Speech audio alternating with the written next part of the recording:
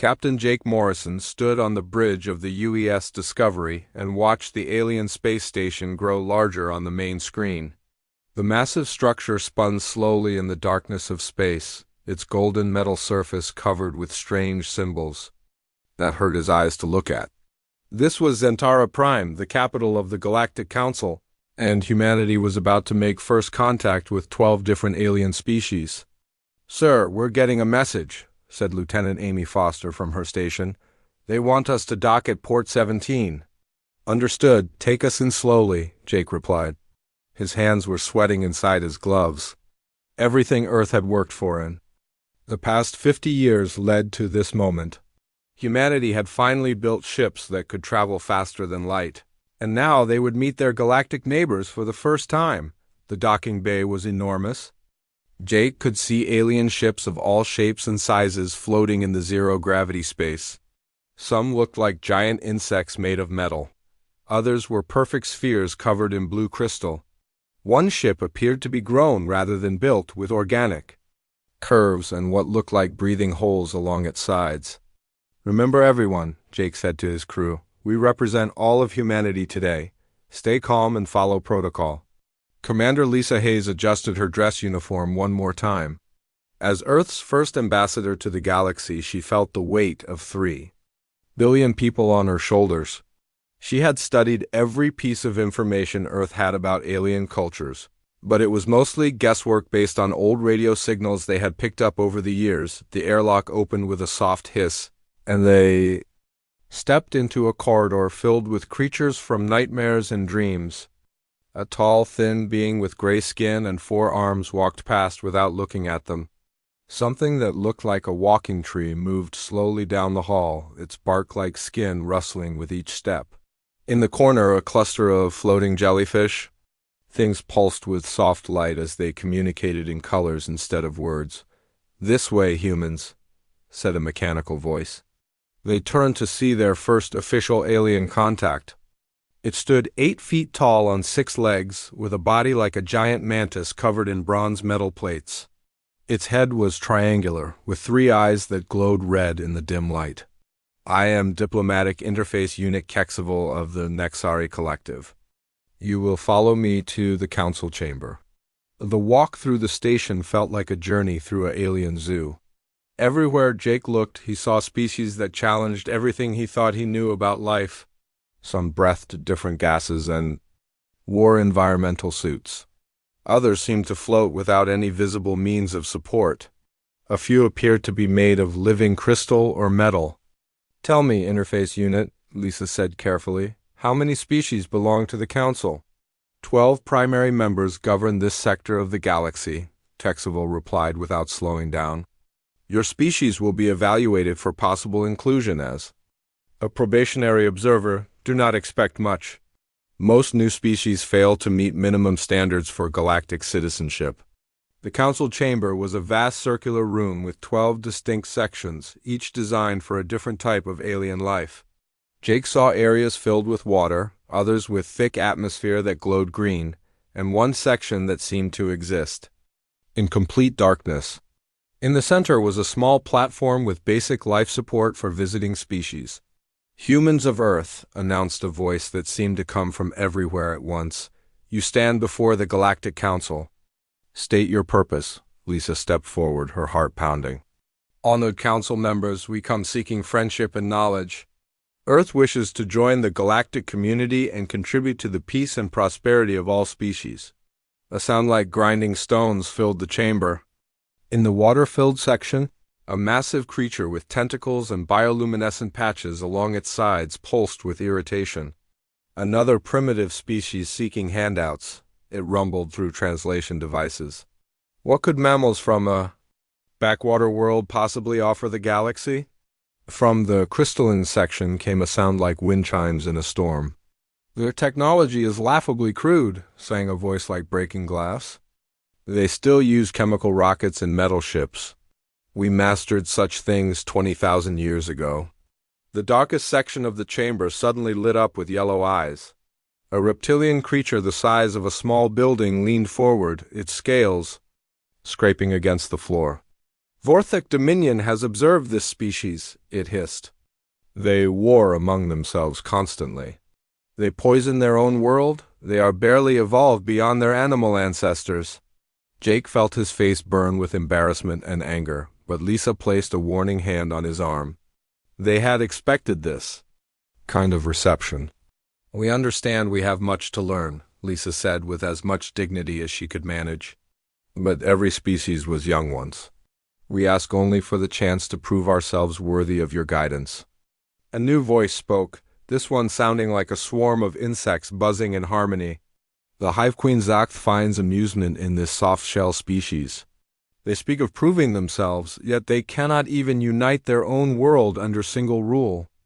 Their lifespan is pathetically short. They will likely destroy themselves within 200 cycles. Laughter filled the chamber, though it came in forms Jake had never heard before. Clicking sounds, electronic static, vibrations that he felt in his bones rather than heard. The council was laughing at humanity. Very well, said the original voice. Earth will be granted probationary observer status, the lowest classification possible. You are restricted to your home system and the 17 uninhabitable systems in Grid Sector, 247 Alpha. You may observe council proceedings but may not vote or speak unless specifically asked. This evaluation period will last 50 Earth years. Thank you for this opportunity, Lisa managed to say, though the words tasted bitter as they were escorted back to their ship. Jake noticed something that the aliens had missed. Colonel Ryan Brooks, their military analyst, had been quietly recording everything with hidden sensors. While the diplomats talked, he had been studying the alien ships, their weapons, their formation patterns, everything. What do you think? Colonel? Jake asked quietly when they were back aboard the Discovery. I think they underestimate us, Ryan said with a thin smile. They're old, Jake, really old. Their technology is advanced, but it hasn't changed in centuries. Their military formations are like parade displays, all ceremony and no flexibility. They've forgotten how to adapt because they haven't had to fight a real war in over 1,000 years. That's an interesting observation, Lisa said, but what good does it do us? We're restricted to empty star systems with barely enough ships to defend our own solar system. Maybe, Ryan replied, still watching the alien ships through the viewports. But I have a feeling we're going to get a chance to show them what humans can do sooner than they think. Peaceful galaxies don't stay peaceful forever. 3 weeks later, their predictions came true. A message reached Earth from the mining colony. On Kepler Station, one of the few outposts humanity had established in their restricted territory. The message was short and terrifying. We are under attack. Unknown ships. Please send help immediately. When Lisa requested council assistance, the response was swift and cold. The incident occurs outside council jurisdiction, probationary. Species must handle their own security matters. Earth was alone in a hostile galaxy, and everyone was about to learn what that really meant. Admiral Kate Sullivan stared at the tactical display showing the massive alien fleet approaching human space. 300 ships moved in perfect formation, their hulls painted in blood red and black stripes. The Crozon Empire had come to conquer. Humanity and Earth could only field 37 ships to stop them. Ma'am, we're receiving a transmission from the lead ship, reported Communications Officer Paul Davis from his station. Put it on screen, Kate ordered. The view screen filled with the image of a creature that looked like a cross between a shark and a gorilla. Warlord Gextar stood 9 feet tall, covered in natural armor plates that gleamed like black metal. His eyes were solid yellow, and when he smiled, rows of razor-sharp teeth filled his mouth. Weak humans, Gextar growled in heavily accented English. I am Warlord Gextar of the Crozon Empire. Your pathetic council has thrown you out like garbage, so now you belong to us. Surrender now, and we will let half of your species live as breeding stock for our warrior caste. Kate felt her stomach turn at the casual way he talked about enslaving humanity. This is Admiral Sullivan of the Earth Defense Force. You are in human territory. Leave now or face the consequences. Gextar's laughter sounded like grinding metal. Consequences? You have toys compared to our warships? Each of my vessels could destroy 10 of yours. This will not be a battle. It will be a harvest." The transmission ended and Kate turned to her officers. "All ships, battle formation Delta. We're going to show these lizards what humans do when someone threatens our families." The first battle took place near Kepler Station, where a small human mining facility had been built on an asteroid. The Crozon ships attacked in perfect lines, just like the Council species did in their ceremonial battles. Their weapons were powerful, cutting through human shields like paper and turning ships into burning metal clouds. But Lieutenant Commander Paul Davis noticed something during the chaos. "Admiral, they're following a pattern.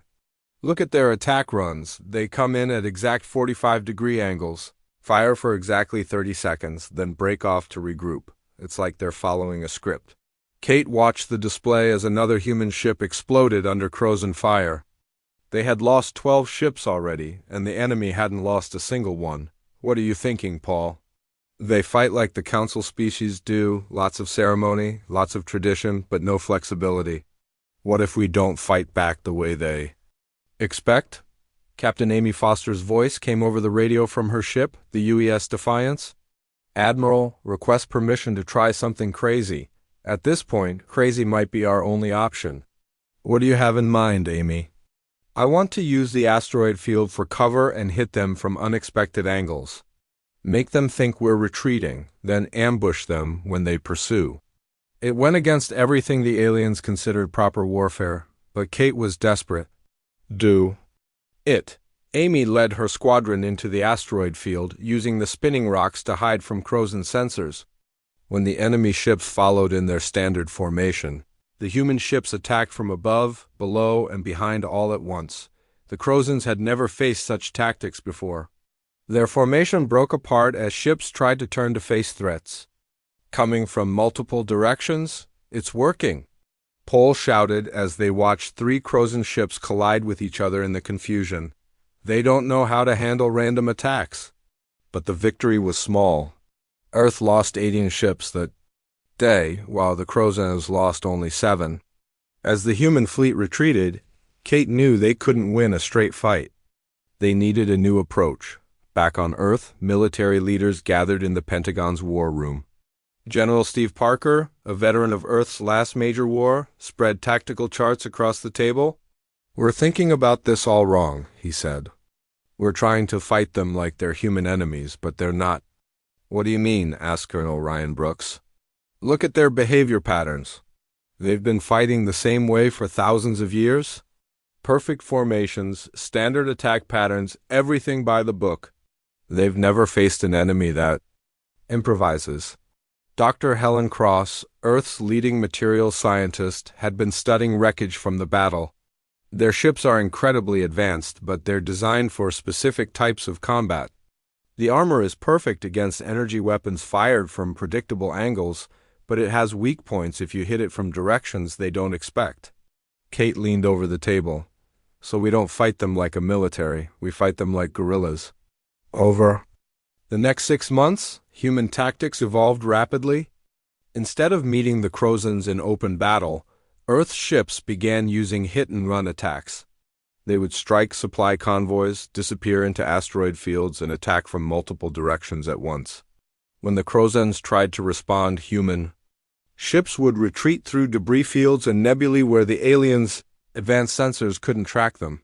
The turning point came at the Battle of New Colorado, humanity's largest colony world. The Crozon fleet arrived expecting another easy victory, but they found empty space. The human fleet was hidden behind the planet's 3 moons, waiting. Captain Amy Foster had been given command of the defense. She had studied every battle in human history, from ancient times to the recent wars on Earth. "Remember," she told her captains, "they expect us to line up and trade shots like gentlemen. Instead, we're going to fight like pirates." When the Crozon ships entered orbit, they spread out in their traditional battle formation. That's when Amy sprung her trap. Human ships came from behind the moons, using the planet's gravity to slingshot themselves at incredible speeds. They hit the Crozon fleet from 6 different directions at once. targeting command ships and supply vessels instead of the heavily armed battleships. Warlord Gextar's voice filled the radio channels, roaring orders in his own language. But his ships couldn't adapt fast enough. They had been trained for thousands of years to fight in specific ways. And when those ways stopped working, they didn't know what to do. Human ships use Pattern 7, Amy commanded. It was a maneuver she had developed based on an ancient Earth naval battle. Her ships formed small groups that attacked like wolf packs, surrounding individual Crozon vessels and hitting them from all sides. The Crozon ship Bone Crusher found itself surrounded by 5 human vessels. Its captain tried to follow standard protocol, targeting the largest enemy ship and ignoring the others. But the human ships didn't follow any protocol. They moved randomly, fired from unexpected angles, and coordinated their attacks in ways that the Crozon computer systems couldn't predict. Within an hour, the mighty Crozon fleet was in full retreat. They had lost 43 ships to humanity's 11. More importantly, they had lost their confidence. For the first time in their species' history, the Crozons had been outfought by an enemy they considered inferior. Intelligence Director Karen Wells had been busy during the battles. While the fleets fought in space, she had been running spy operations that the honor-bound Crozons never saw coming. Human agents, disguised as traders and refugees, had infiltrated Crozon supply bases and communication networks. "Admiral," Karen reported to Kate after the battle, "we've intercepted their military communications. Gextar is in trouble with his own people. The Crozon High Command is demanding to know how he's losing to primitive mammals." "Good," Kate replied. "Let's make his problems worse." The final blow came when human forces used a tactic that shocked even their own people. Instead of destroying Gextar's flagship, they captured it. Using a combination of cyber warfare, boarding parties, and psychological manipulation that no alien species had ever experienced, they took the warlord himself prisoner. The war ended not with a great battle, but with Gextar in human custody. His fleet scattered, and the Crozon Empire forced to negotiate for their leader's return. The terms were simple: leave human space forever, pay compensation for the damage they had caused, and never threaten Earth again. As the Crozon ships jumped away in defeat, the galaxy took notice. The species that the Council had dismissed as primitive had just defeated one of the most feared military forces in known space.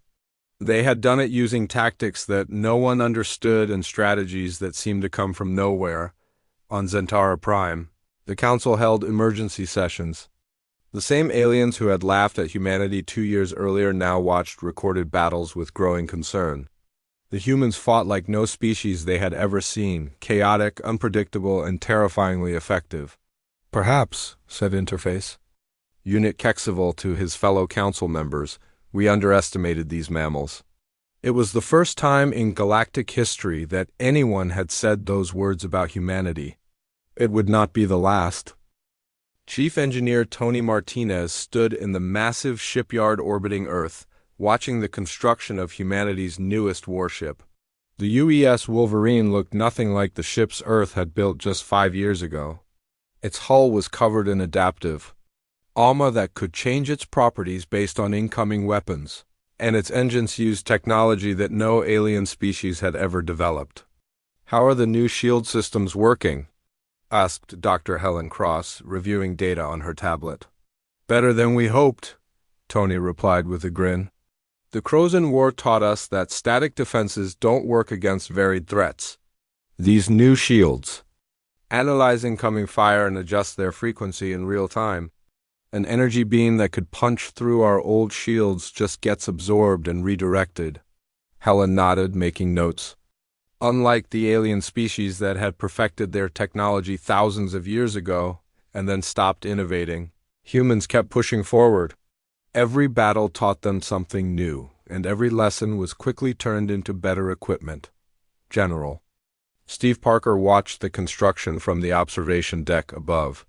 5 years ago, he had been planning Earth's desperate defense against superior alien technology. Now, human ships were the most advanced in the galaxy, and other species were trying to figure out how they had improved so quickly. "The key, Steve," explained to a group of visiting Earth dignitaries, is that we never assume we're finished learning. Every time we build something, we immediately start thinking about how to build it better. This philosophy had transformed human military capabilities in ways that amazed even their own scientists. Where alien civilizations built ships that lasted for centuries without changes, human vessels were constantly being upgraded, modified, and improved. A ship that entered service on Monday might have completely different capabilities by Friday. The real breakthrough had come when human engineers realized that alien technology, while advanced, was designed for predictable threats. Alien shields were perfect for stopping the energy weapons that galactic civilizations had used for millennia, but they were less effective against the hybrid projectile-energy weapons that human creativity had developed. Intelligence Director Karen Wells walked into the shipyard office carrying a classified report. "Steve, you need to see this. Our spy networks have been gathering data on alien military capabilities, and the results are fascinating." Karen's intelligence operations had expanded far beyond what any alien species thought possible. While galactic civilizations were open about their military capabilities, considering secrecy dishonorable, humans had developed espionage into an art form. Human agents now operated on dozens of alien worlds, gathering information that their targets never knew was being collected. "What did you find?" Steve asked. "The alien species haven't fought a real war in over 800 years, Karen explained. All their recent conflicts have been formal, ceremonial battles with predetermined rules. They'd forgotten how to deal with enemies that don't follow the same traditions. This intelligence was already being used to develop new human military doctrines. Colonel Ryan Brooks had been promoted to head of strategic planning, and he was revolutionizing how Earth approached potential conflicts. "Look at this," Ryan said, showing Steve a tactical simulation. "We've been analyzing alien battle formations from the Council databases. Every species fights the same way their ancestors did 1,000 years ago. They're like historical reenactors, not real soldiers."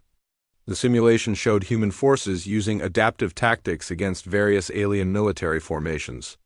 In every scenario, the human ships could exploit weaknesses that the aliens didn't even know they had, but the real test of human military evolution came when the galaxy's communication networks picked up a disturbing signal from deep space. Something was coming from outside the galaxy, and it was destroying everything in its path. The Void Swarm had arrived. Admiral Kate Sullivan, now commander of Earth's expanded fleet, studied the initial reports with growing concern. "These things don't follow any patterns we understand. They consume entire star systems and leave nothing behind." The first alien species to encounter the swarm was the proud Nexari Collective, masters of crystal technology who had considered themselves the galaxy's premier military force. Their perfect formations and precise tactics were useless against an enemy that attacked like a plague of mechanical locusts. "The Nexari are requesting assistance," reported Communications Officer Paul Davis, who had been promoted to Kate's staff after his tactical insights during the Crozen War. "Their entire 7th Fleet has been destroyed." Kate looked at the tactical displays showing the swarm's advance. The alien creatures or machines, no one was sure which, moved in chaotic patterns that defied all military logic. They didn't have formations or strategies in any traditional sense. They simply consumed everything they encountered. "This is exactly the kind of threat that alien military thinking can't handle," she realized. "They're trying to fight chaos with order, and it's not working." Within days, Kate received something that would have been unthinkable just a few years earlier. A formal request from the Galactic Council asking for human military assistance. The message came from Ambassador Lisa Hayes, who had spent years being ignored and dismissed by alien diplomats. Now those same beings were begging Earth for help. "The Council is desperate," Lisa reported from Zentara Prime. 3 star systems have been completely consumed, and the swarm is moving toward more populated areas. The Vorthek Dominion lost an entire battle fleet yesterday. They're asking if we can provide tactical advice." Kate smiled grimly. "Tactical advice? No, we're going to provide something much more valuable. We're going to show them how to fight an enemy that doesn't play by the rules. The first joint operation between human and alien forces took place at the Kepler Nebula, where the swarm was advancing toward a cluster of inhabited worlds. Kate arrived with 20 human ships to find over 200 alien vessels waiting. In perfect battle formation. "Human Admiral," came the transmission from the Vorthak fleet commander. "We have arranged our forces according to the doctrine of systematic engagement. Please position your ships in the rear support formation." "Negative," Kate replied, causing shocked silence on the alien communication channels. "We're going to use Pattern Charlie, and your ships are going to follow our lead." Pattern Charlie was a human tactical doctrine based on fluid, adaptive responses to changing battlefield conditions.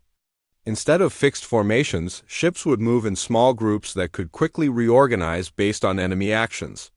It was everything that alien military thinking opposed: chaotic, unpredictable, and flexible. Major Sandra Lopez led the first integrated human-alien squadron into battle. Her human ships were paired with Vorthak heavy cruisers, and she quickly discovered that the aliens had no idea how to operate outside their traditional formations. "Vorthak Commander Krextos," she radioed, "break formation and follow my lead. We're going to hit them from multiple angles." "This violates all proper military procedure," the alien commander protested. "Good," Sandra replied. "That's the point." The battle that followed was unlike anything in galactic history. Human ships darted through the swarm like dolphins swimming through a school of fish, constantly changing direction and attack patterns. The alien ships, guided by human tactical coordinators, began to move with a flexibility their own commanders had never imagined. Commander Bill Yenzin coordinated the Nexari crystal ships in their first successful engagement against the swarm. "Instead of firing all at once, spread your shots over time," he instructed. "Keep the enemy guessing where the next attack will come from." The results were remarkable. The swarm, which had easily overwhelmed traditional alien tactics, found itself unable to predict or counter the adaptive human strategies. For the first time since the invasion began, the aliens had won a significant victory. Dr. Patricia Moore, Earth's leading expert in network systems, made the breakthrough that would ultimately defeat the swarm. "They're operating like a computer network," she explained to Kate. "They share information and coordinate through some kind of hive mind communication." Patricia had been studying captured swarm technology, trying to understand how the creatures coordinated their attacks. Her background in Earth's old internet systems gave her insights that alien scientists, with their different technological development paths, had missed. "If they're networked," Patricia continued, "then they have the same vulnerabilities as any network. We can disrupt their communications, feed them false information, maybe even turn parts of the swarm against each other." It was a completely new form of warfare, cyber attacks against biological or mechanical enemies. The alien species had never developed such techniques because their own computer systems were isolated and secure. But humans, who had spent decades fighting computer viruses and network intrusions on Earth, understood exactly how to attack a networked enemy. The final battle against the Void Swarm took place at the Nexus Gate, a massive space station that served as a hub for interstellar travel.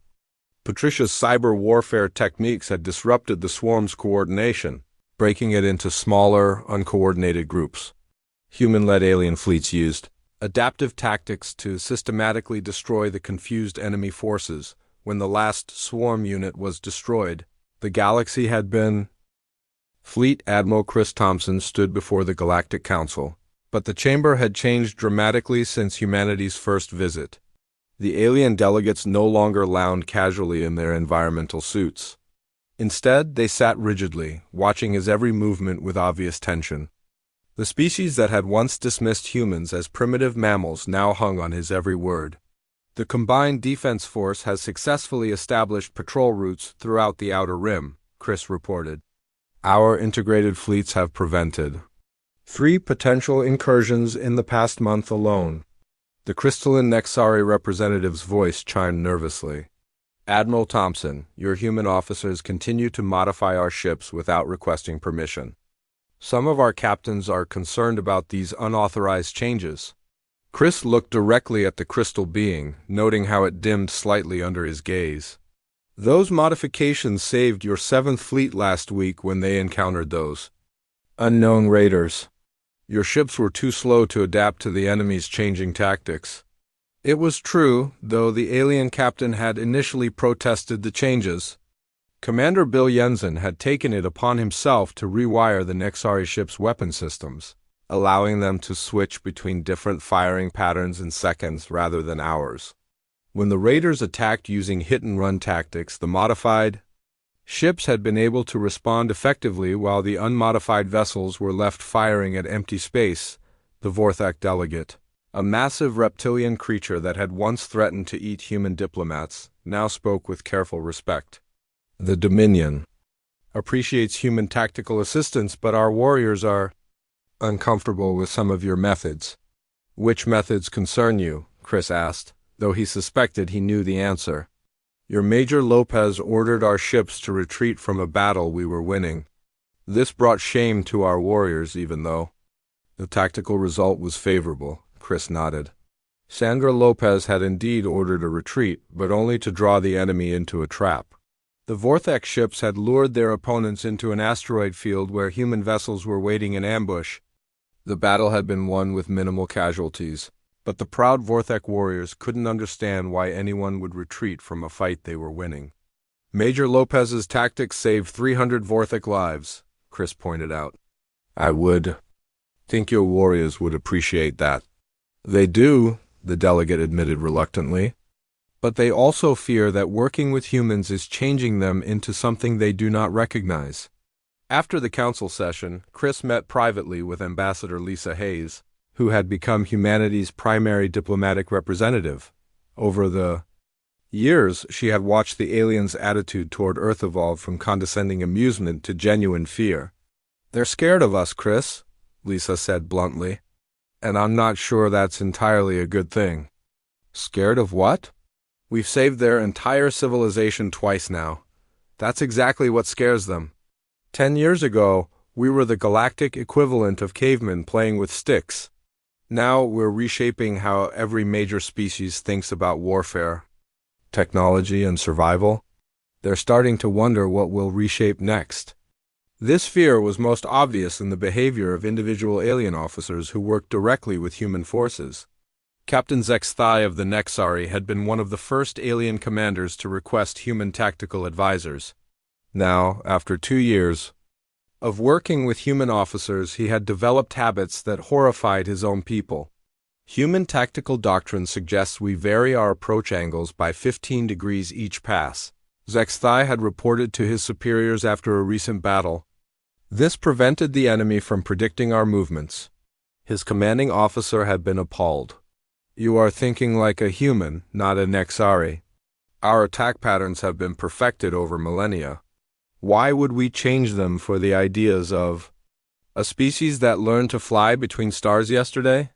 But Zexthai couldn't argue with results. His ship had the highest success rate in the Nexari fleet, and his crew had the lowest casualty numbers. Other Nexari captains were quietly asking him for advice, even as their superiors disapproved of his human-influenced methods. The same pattern was emerging across all species that work closely with Earth's military. Alien officers were adopting human tactical flexibility, human innovation cycles, and human questioning of traditional authority. Their own governments were becoming concerned about this cultural contamination. Dr. Patricia Moore had been monitoring galactic communications and noticed the shift in how aliens talked about humanity. They're using different words now, she reported to Admiral Thompson. 5 years ago, their intelligence reports described us as primitive but tenacious. Now they call us unpredictable and potentially dangerous. The change was particularly evident in the private communications between alien governments. Intelligence Director Karen Wells had expanded her spy networks throughout the galaxy, and the intercepted messages painted a clear picture of growing alien concern about human influence. The humans adapt too quickly, read one message from a Vorthak military commander to his government. They learn our weaknesses faster than we can address them. If they ever decided we were enemies, we would not survive the conflict. Another intercepted communication, this one from the insectoid hive queen Zacht to her council of advisors, was even more direct. The soft shells have become hard. They reshape everything they touch. We must consider what this means for our future independence. But it was during the Seraphim crisis that the galaxy's fear of humanity truly crystallized. The Seraphim were master diplomats, elegant beings who had maintained peace between hostile species for centuries through careful negotiation and political maneuvering.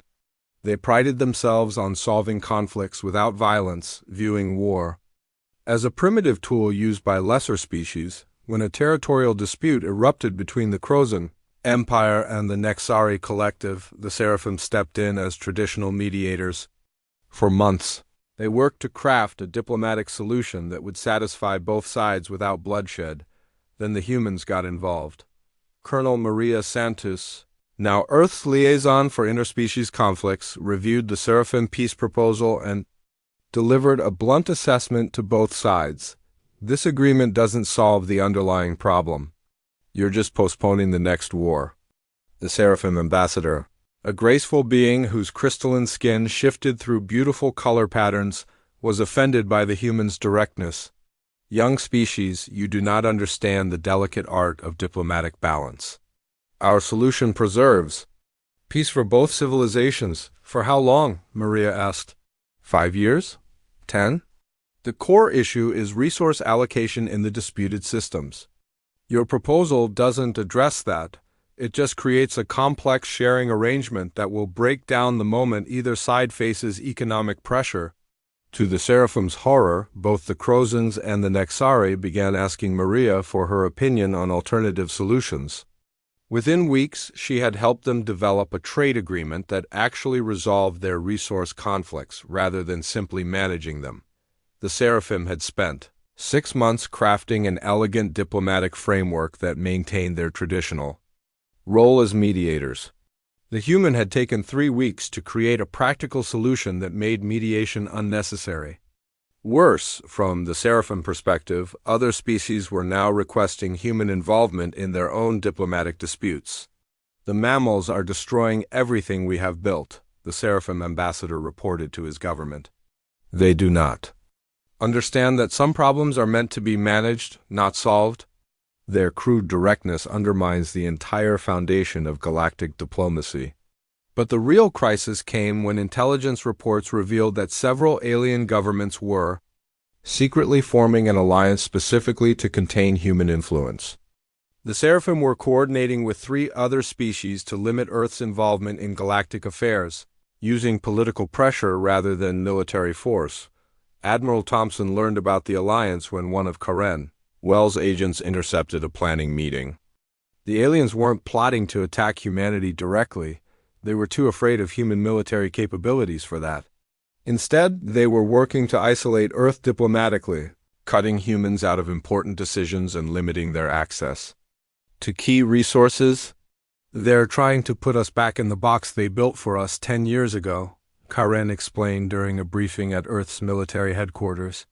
They want us to be strong enough to fight their wars for them, but not influential enough to change how they run the galaxy. The situation came to a head during the Battle of Vega Station when pirates attacked a major trade hub while the Alien Containment Alliance was meeting to finalize their plans against humanity. The nearest military forces were 3 days away, except for a small human patrol, led by Captain Amy Foster. Amy arrived at Vega Station to find thousands of civilians under attack and no alien reinforcements coming. The pirates had superior numbers and were using the station's population as hostages to prevent military response. "This is Captain Foster of the Terran Defense Force," she broadcast on all frequencies. "All civilian vessels, prepare for immediate evacuation. We're going to retake the station." The alien governments monitoring the situation expected her to wait for reinforcements or attempt negotiations. Instead, Amy did something that no alien commander would have considered. She asked the civilian population to help.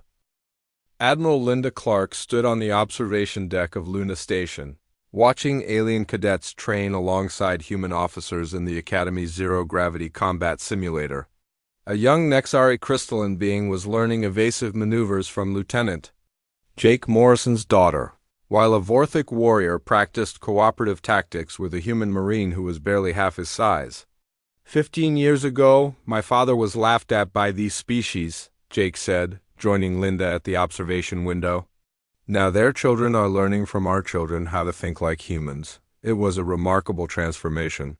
The interspecies Military Academy had become the galaxy's premier training facility, not because it had the most advanced technology, but because it taught something no other institution could: adaptive thinking. Ambassador Greg Watson walked through the halls of the new Galactic Cooperation Center on Earth, reviewing reports from across the galaxy. The building had been constructed where the old United Nations headquarters once stood, but its purpose was far broader than anything Earth's original diplomats had imagined. The Korathi system dispute has been resolved, reported his aide, Captain Susan Parker.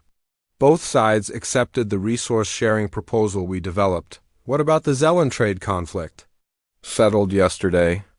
They're implementing the flexible trade agreement model we used for the Nexari-Crozon situation. Greg nodded, marking another success for human diplomatic methods. The old system of rigid treaties and formal protocols was being replaced by adaptive agreements that could evolve with changing circumstances. It was faster, more practical, and more effective than traditional galactic diplomacy, but it also meant that Earth had become the galaxy's go-to mediator for problems that had previously been handled by species with thousands of years of diplomatic experience. The transformation hadn't been without challenges. Colonel Maria Santos reviewed intelligence reports showing continued resistance to human influence in some parts of the galaxy. The Seraphim had formed what they called the Traditional Values Coalition, trying to preserve old diplomatic methods and limit human involvement in interspecies affairs. They're not hostile, Maria explained to President Frank Rivera during their weekly security briefing, but they're definitely working to contain our influence. 3 minor species have declined our offers of military cooperation, and 2 others have requested that human advisors be removed from their fleets. Frank leaned back in his chair, considering the implications. Are they organizing anything that could threaten Earth directly? No, sir. They're too afraid of our military capabilities for direct confrontation, but they are trying to create alternative power structures that don't include us. This was the delicate balance that humanity now had to maintain. They had become too powerful to ignore and too useful to abandon, but their rapid rise had disrupted thousands of years of galactic tradition. Some species embraced the changes, while others resisted them. The real test came when long-range sensors detected another extragalactic threat approaching from a different direction than the Void Swarm. The new enemy called themselves the Dominion Collective, and their advanced scouts had already destroyed 2 outer rim colonies. The Galactic Council held an emergency session, but this time the atmosphere was completely different from humanity's first diplomatic contact. Alien delegates didn't dismiss human input or relegate Earth to observer status. Instead, they immediately turned to Admiral Linda Clark for military guidance.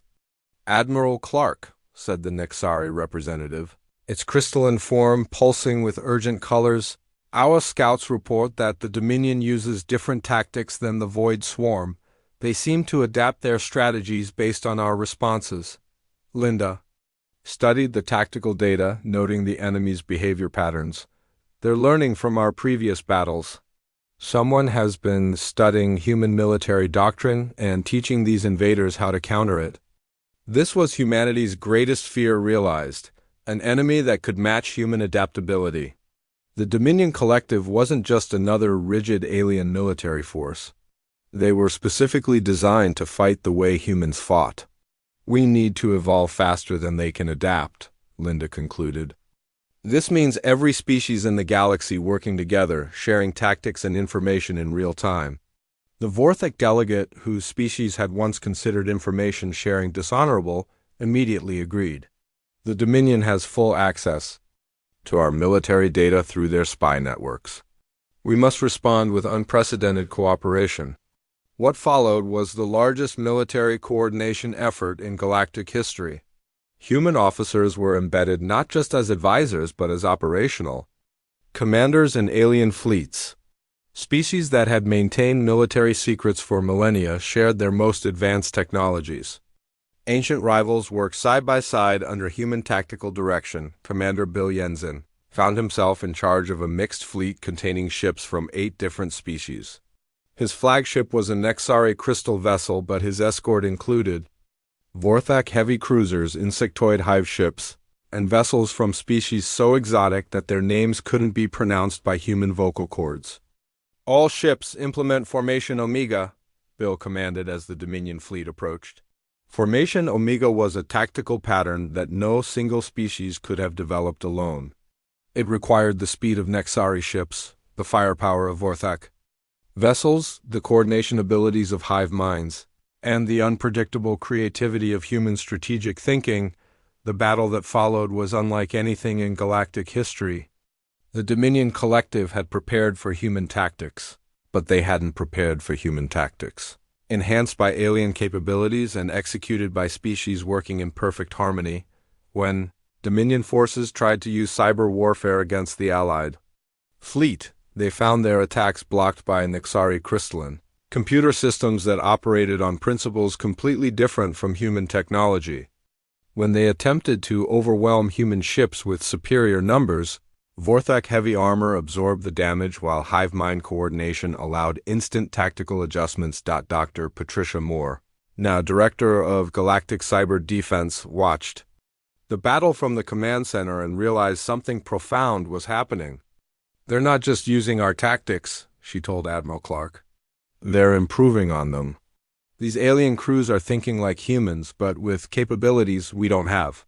The Dominion Collective had studied human military methods, but they had studied them in isolation. They hadn't anticipated what would happen when human adaptability was combined with alien strengths and applied by species who had learned to think creatively. The turning point came when a young Nexari officer named Kexhai, trained at the Human Military Academy, developed a new tactical approach during the battle.